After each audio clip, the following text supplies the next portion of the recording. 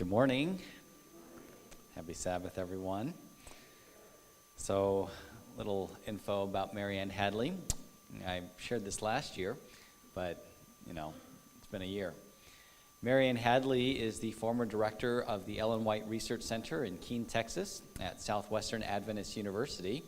Since then, she has started the Ellen White Study Center at Weimar Institute, and now just travels. So she's definitely retired.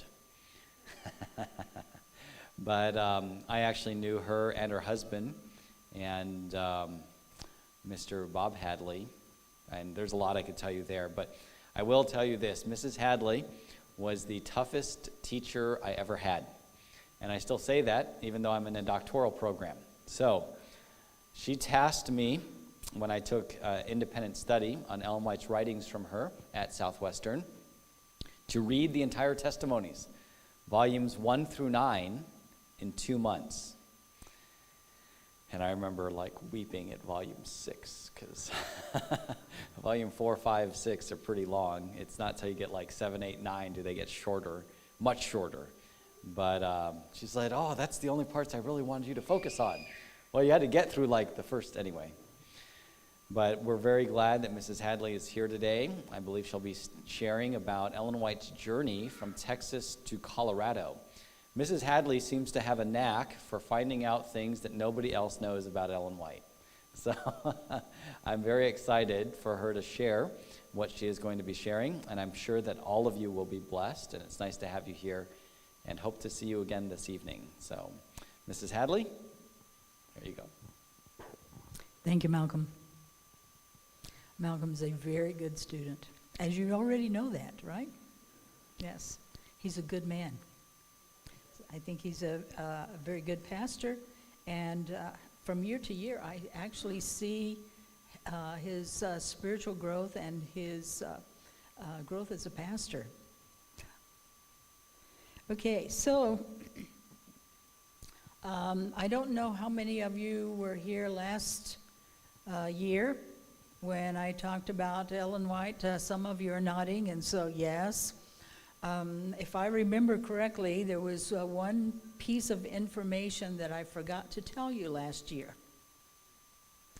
I forgot to tell you what Ellen White served for breakfast on Christmas morning, December 25, 1878, in Denison, Texas.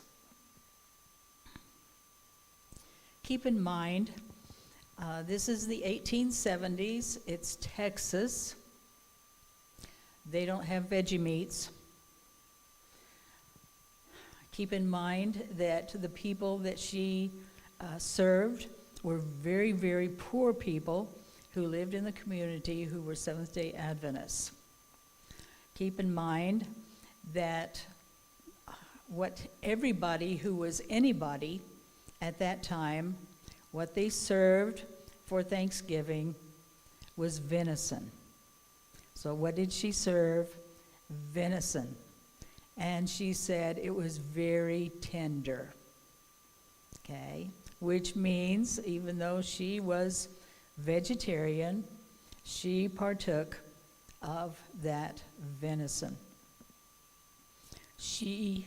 There were several times in her life where she strayed from her vegetarian dietary, but it was only temporary, and there's a principle that she followed that I think would be good for us to follow, and that is to partake of the best of what is available, the best that would meet our physical requirements.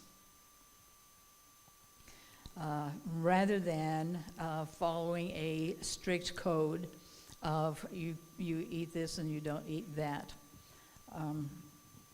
We find that throughout Ellen White's personal writings. As I became a Seventh-day Adventist at age 21, and I'm now 76, I read Ellen White. It was Ellen White her writings that brought me into the church. And for most of those 50 plus years, I have read Ellen White's counsel on a daily basis. In recent years, however, I realized that we can read all of her published writings. We can follow that counsel. It is very good counsel.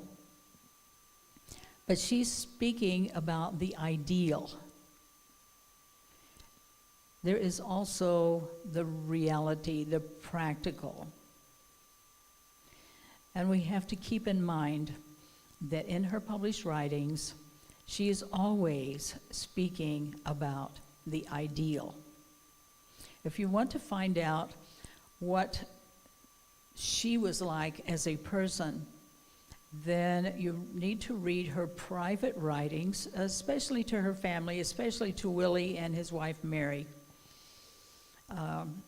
And it's there she kind of lets her hair down a little bit and talks about the real issues of life. So what I have done in recent years is to go through the letters and manuscripts and try to find those places in her diary, her places in her letters where she's just talking as a person.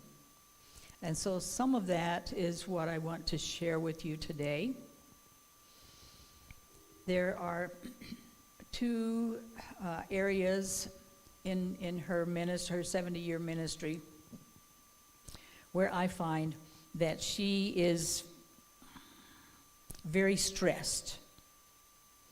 One of those is following 1888, the problems of 1888, where essentially she was rejected by the Seventh-day Adventist Church because she had encouraged the brethren to listen to a couple of young men, and the brethren felt that Ellen White was probably losing it, and so they rejected these two gentlemen. And it took years for those particular brethren, the leaders of our denomination, to come around. Some of them it took a few months, and some it took years to recognize the value of righteousness by faith. They understood the law very well, but they did not always understand having a deeper relationship with Jesus.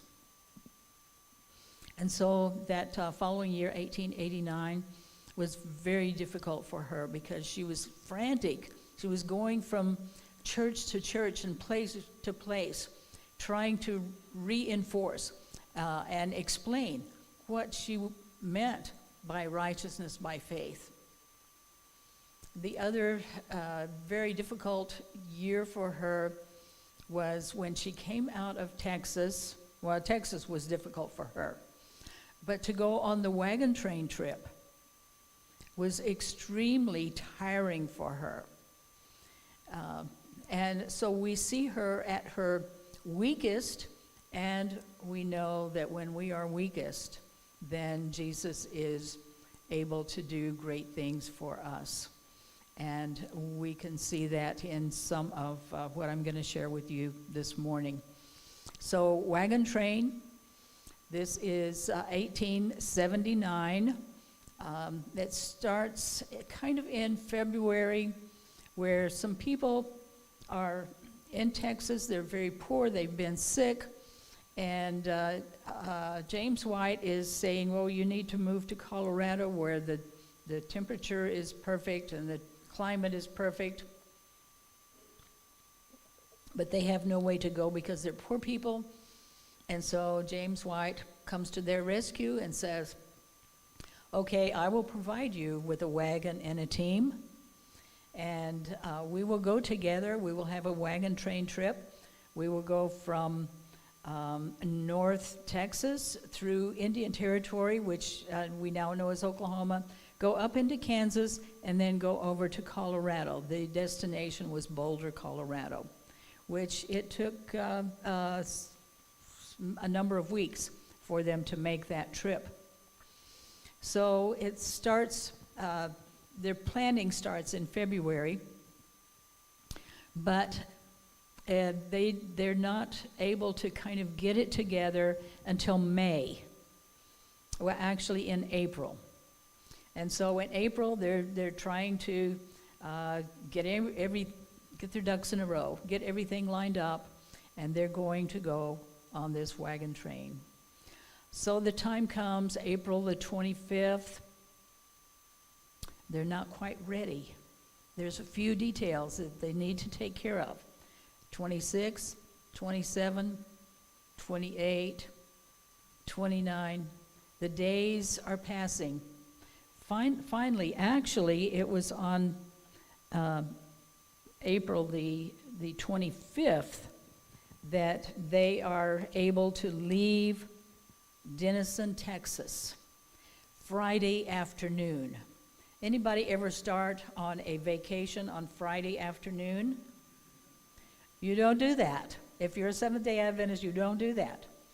So they were determined if they didn't go on Friday afternoon, then they would be delayed even more. And so they start out with a two-seated surrey and 8, actually at that point, 7 wagons, covered wagons, and they're leaving Denison, Texas.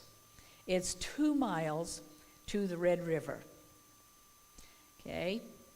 At 1 mile, when they have gone 1 mile, they get word that Brother Moore is sick and he can't come.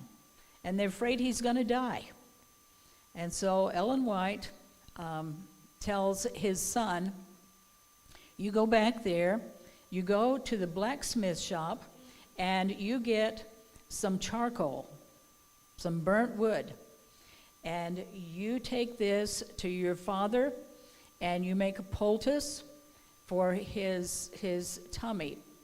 Because why is he sick? He has eaten some spoiled bear meat. Okay? He's not following the counsel at all on that point.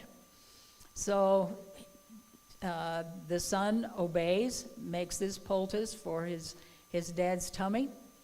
And Ellen White has also said, you take some of that black charcoal and you mix it in water, you make this slurry, and you have him drink it. How many of you have charcoal in your homes today? Wow. Okay. This is where it started. Ellen White just had this kind of like a premonition. Okay, this is what I need to do. It's not like she had a vision. It came to her, let's just do this. And we've been doing it ever since.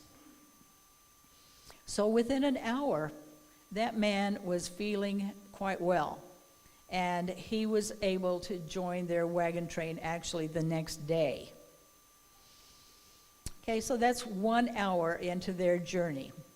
1 more hour passes, and the sun is starting to set in the west.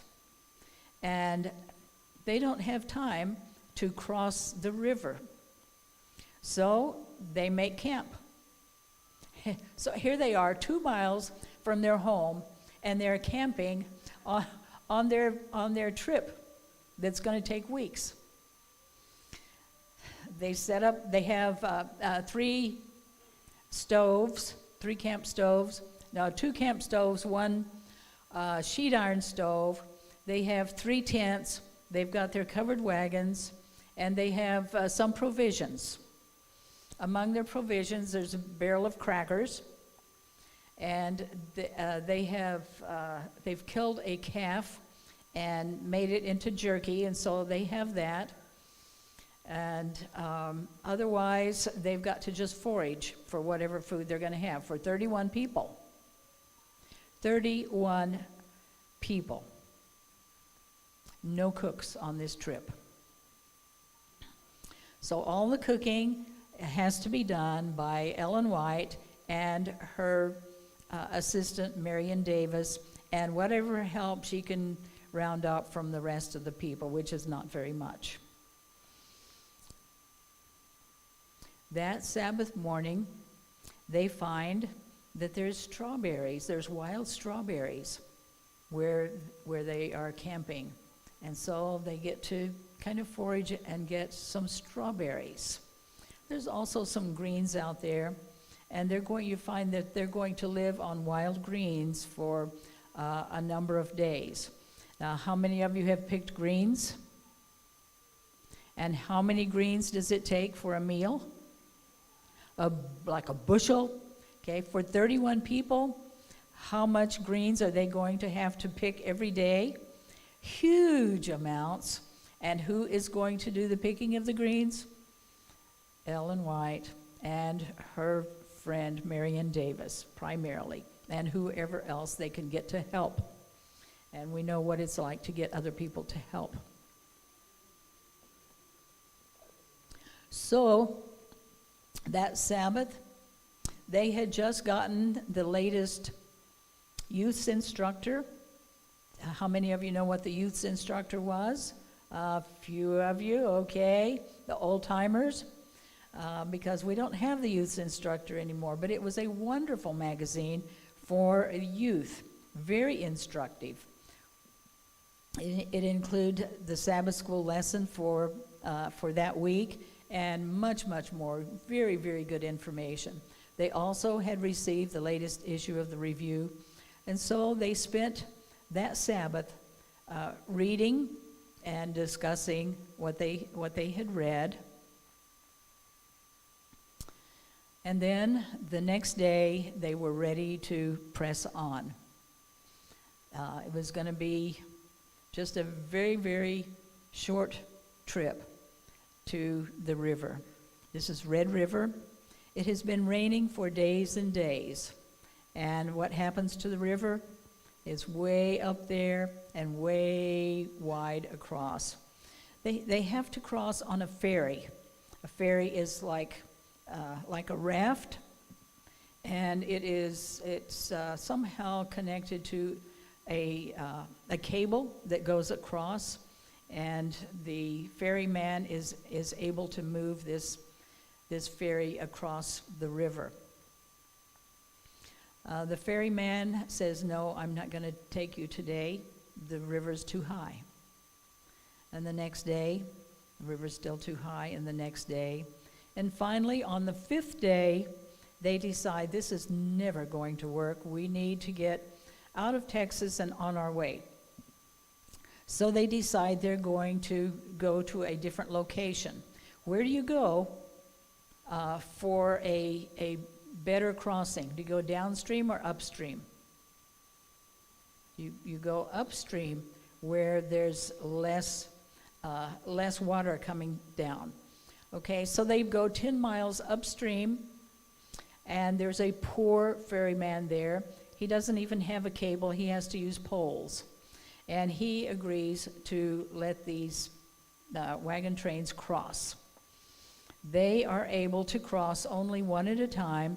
The horses and the wagon are driven onto this ferry. The cost is 25 cents per axle, and they move across. It takes about a half hour to get them all the way across.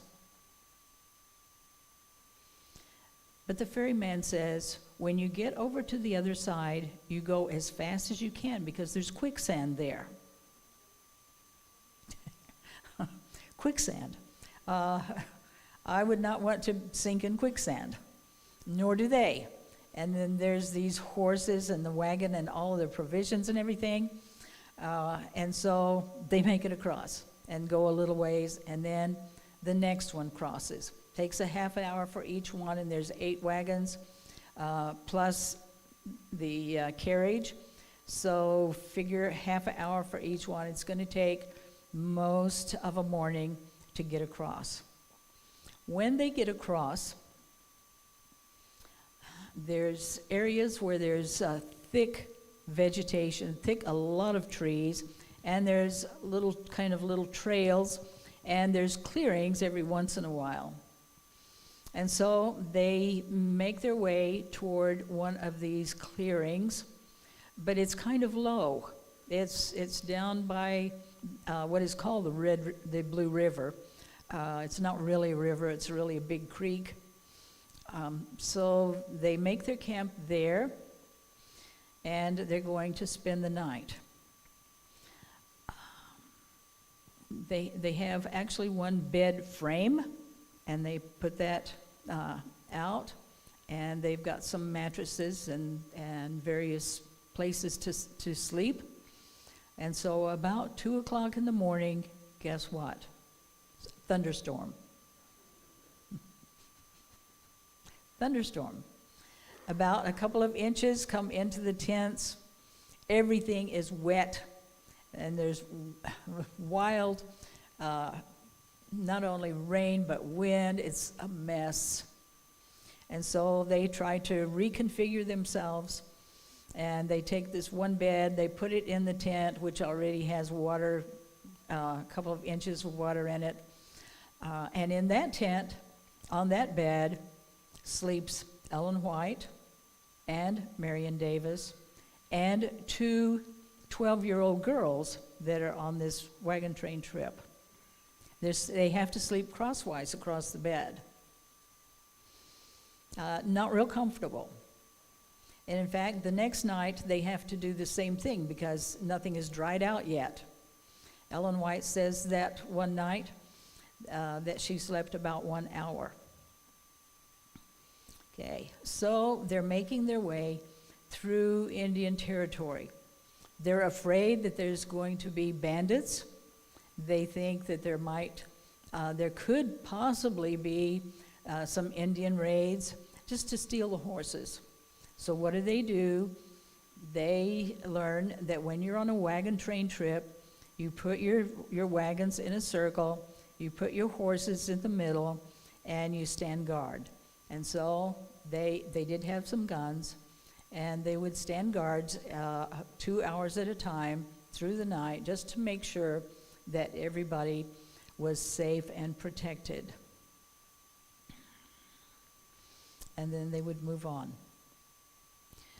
Every day, Ellen White had to go forage greens and pick a quart of strawberries and help with the cooking, which took about half of the night, and then spend the next day traveling, 10 miles, 15 miles? Actually, you probably could walk faster than the wagons. And in fact, that's what they did a lot. The grass was tall. It was a prairie grass, what we call prairie hay today.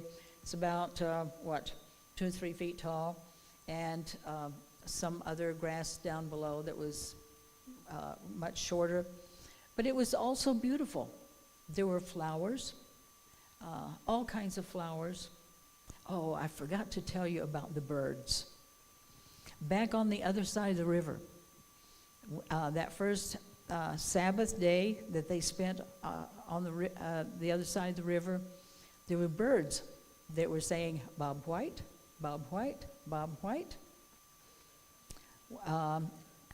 But James White was not a vegetarian, it probably never was. And he would say, no, they're not saying Bob White, Bob White. They're saying, he said they were saying, good to eat, good to eat, good to eat. And so Ellen White had to put up with a lot of stuff from James. And in fact, there's places in her writings where she's not happy with him at all. She doesn't want to follow his counsel anymore, ever again. There was one time when they were actually separated. It's a totally different time. They were separated for several weeks, and he was in Battle Creek, and she was in Oregon. And he was saying, "You need to come home, Ellen." And she's saying, "No way, no way. The Lord has me here. I'm staying here." Well, eventually she did go back to James and apologized, made everything right, because he would never apologize, never, ever. Okay, so where am I in the story? Let's see. Okay, they've crossed the quicksand. Okay, they finally get to Johnson's Ranch. Johnson's Ranch is about 80 miles from the river, so it has taken them a week. And at Johnson's Ranch, and I've never been able to find this place, but it was kind of like a trading post, and they could buy butter and milk and whatever, and eggs, whatever provisions they found that they needed. And there was also a stream of water where they could wash their clothes and prepare for the Sabbath. And so they kept their Sabbath there. Normally we would think it's a good idea to have morning worship or evening worship every day. But on this trip, all I can find is that they had Sabbath services. And the only reason they had Sabbath services was because Ellen determined that she was going to speak to the people. James White had no thought of any kind of spiritual leadership. He was enjoying being a cowboy, riding his horse, and so it was left to Ellen. And so that first Sabbath in Indian Territory, she gathered everybody together and had a presentation, had a sermon for them. Other Sabbaths after that, they were in communities where there were non-Adventists, and so they would gather them together and have a sermon for the local people. Okay, so Johnson's Ranch, and by this time, Ellen was very tired. She was saying, "I can't do this. We got to do something different. I can't hold up." And she was saying she would rather go to 20 camp meetings and speak at 20 camp meetings with all of the work that would entail, rather than going on this wagon train trip. Ellen White liked the finer things in life. Wagon train just did not fit the bill. That was James's idea. So here's Ellen liking the finer things of life. Here's James. Well, sometimes he likes finer things, but on this particular trip, he's the cowboy. He doesn't care. He's going to rough it. And you can see how they have totally different personalities. And she has to deal with that. It's not like Ellen is totally in communication with God every day, and he is leading her step by step, and the path is clear. No way. No way. It's like us. How many times in our lives do we wonder do we really even have a connection? Is God still listening to us? Are we still in God's plan? We have those fears, those anxieties. Ellen White had those too. She had the same kind of experience that we have. She just had this additional that related to the salvation of humanity.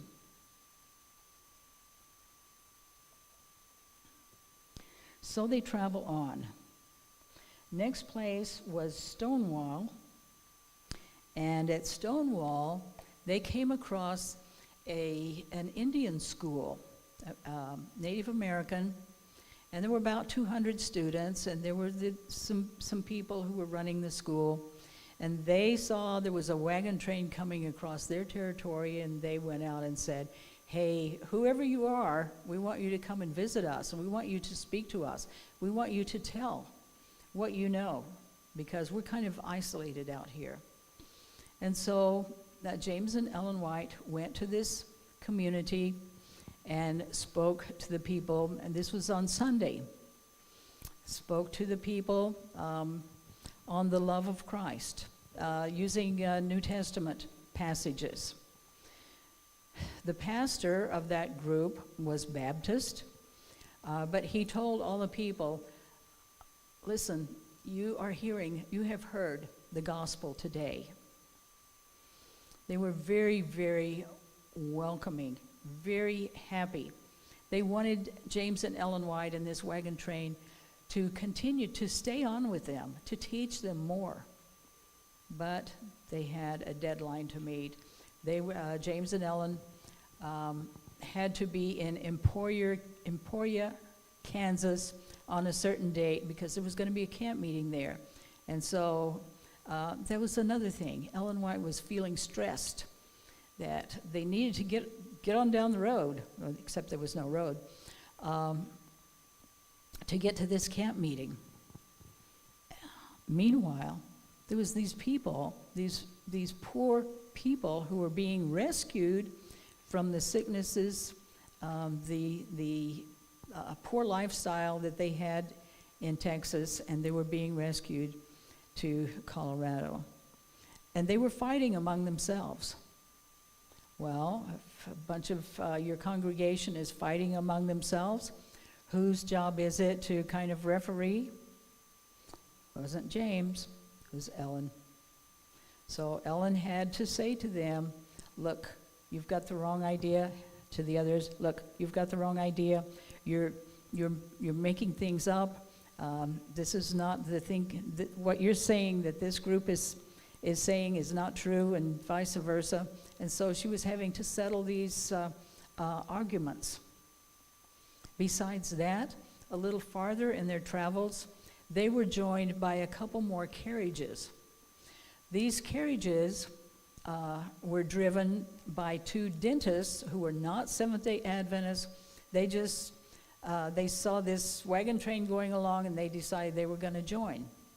Ellen White says they were not welcome. Can you imagine Ellen White saying, no, you can't. But they were fighting among themselves. They were like the mixed multitude in the Exodus. They were causing trouble all the time. Imagine being Ellen White and going through all of these difficult experiences. Well, about that time, Ellen White stopped writing in her diary. She stopped writing letters. We do not have very much information at all. What information we have is what James White sent to the Review and Herald, and it was published in the Review. And so we can find information from that source. In her letters, I don't know, do you know how to find Ellen White's letters? Do you have the Ellen White, let's see, what is it, the White Estates website?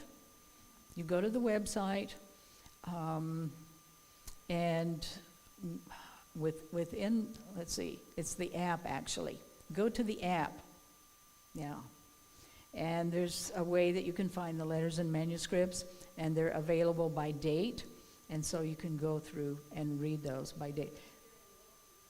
Yes, everything that we know of that she ever wrote is there. And by the way, there are letters from time to time that are discovered, even now, that get added to that app. And so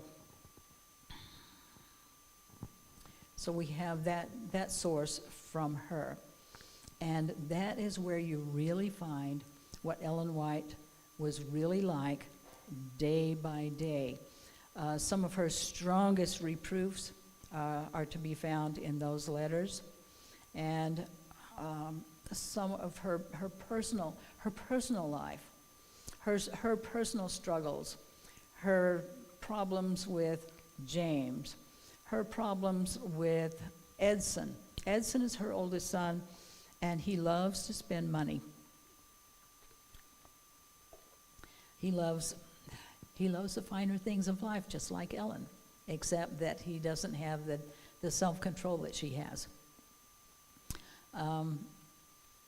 In those letters, we get a full picture of what Ellen White was like. Okay, so for this week, there's nothing from her, and we start getting information from James. So by May 10th, which is the following Sabbath, they are in Okmulgee at a Creek Council House, very, very nice building, and they talk to the people there and have quite a wonderful experience. But by this time, Ellen White has been so sick and so tired that she is ready to leave this wagon train and catch the train, the actual train on railroad tracks that goes up to Emporia, to where their camp meeting is going to be. And so the party divides. James and Ellen and one other person, Elder Corliss, they take off. Oh, you know what, I forgot to tell you about that tall grass. At that point, they found there was a lot of tarantulas. Imagine you've got a long skirt and you're going through tall grass and there's tarantulas everywhere. You're gonna get in that wagon, and no matter how slow it is, you're gonna stay there until the tarantula territory is passed. Okay, where was I? The council house, and Ellen White, the parties are separating, and they're going to go catch the train. If they had gone by train in the first place, it would have taken 2 days instead of 1 month. Ellen White is just fit to be tied, because she says in the time that they were traveling by wagon train, she could have spoken to many people at many camp meetings and done so much good. And she says, how do I know that I am in God's will? Going on a wagon train that I didn't want to go on, that my husband wanted to go on. Okay, I seem to keep coming back to that theme of her and James. However, there were times when they were very, very, very close, most of the time. Okay, so so James and Ellen go to, I need to find that for you. I need to find in her own words, where they go to Emporia. Got all of these letters here. If you'd like to see any of them at any time, you can do that.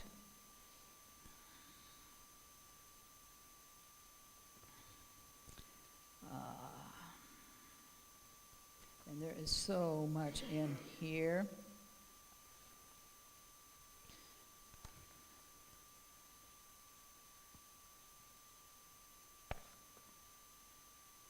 Okay. She says, she's writing from Emporia, Kansas, where they have arrived at their camp meeting. And she says, last night, Father and I took the train for the campground. Arrived here about 6:30. The omnibus drove to the ground. Do you know what an omnibus is? An omnibus is like a bus, except that it's a horse-drawn carriage. Okay, so she says, the omnibus drove to the ground with 2 span, okay, so 4 horses, 4 splendid horses. We came on the ground in style. So you could see, yes, Ellen White loved the better, finer things of life, and there was a little bit of pride there. When Ellen White first received her commission to become God's prophet, she made a deal with God, and she said, okay, yes, I will do this, but please don't let me be physically hurt in any way. We know that the prophets in the Old Testament had some pretty horrible experiences. One was sawn asunder in a log. They were killed in many ways, and Ellen White feared the physical torture of any kind. And the other was that if she got too proud, that God would in some way take care of that. Well, what he did, of course, was to say, okay, when you're starting to get too proud, when these things are starting to happen, you're going to get sick. And so during her whole lifetime, there were many, many experiences where she was very sick. But I noticed in her last years, she was in better health than she had been in many of her years. So probably she had overcome in that area as well. Okay, so she goes on with this letter to Mary and to Willie. She says, I am fearfully worn. We arrived in camp in season to have our tent pitched, but as usual, no one felt the necessity of spending a half hour finishing the work and staking the tent. Well, and of course, when you don't stake the tent, then there's going to be another storm. So there was another storm. Okay, this is in Kansas. And she says, I suppose I was babyish, but I have been sick this entire journey. Lost 12 pounds. How much did Ellen White weigh? How tall was Ellen White? She was 5'2". Okay. When she first held up the Bible as a 17-year-old, she weighed 70 pounds. But over the years, she put on a little flesh. And so officially, she weighed 140 pounds according to the White Estate. So she had lost 12 pounds. She said, no rest, not a bit of it for poor Mary and Davis. We have worked like slaves. We cooked repeatedly half the night, Marion the entire night. We never should have consented to start on this journey. I have spoken every Sabbath to our camp because no one seemed to feel the burden.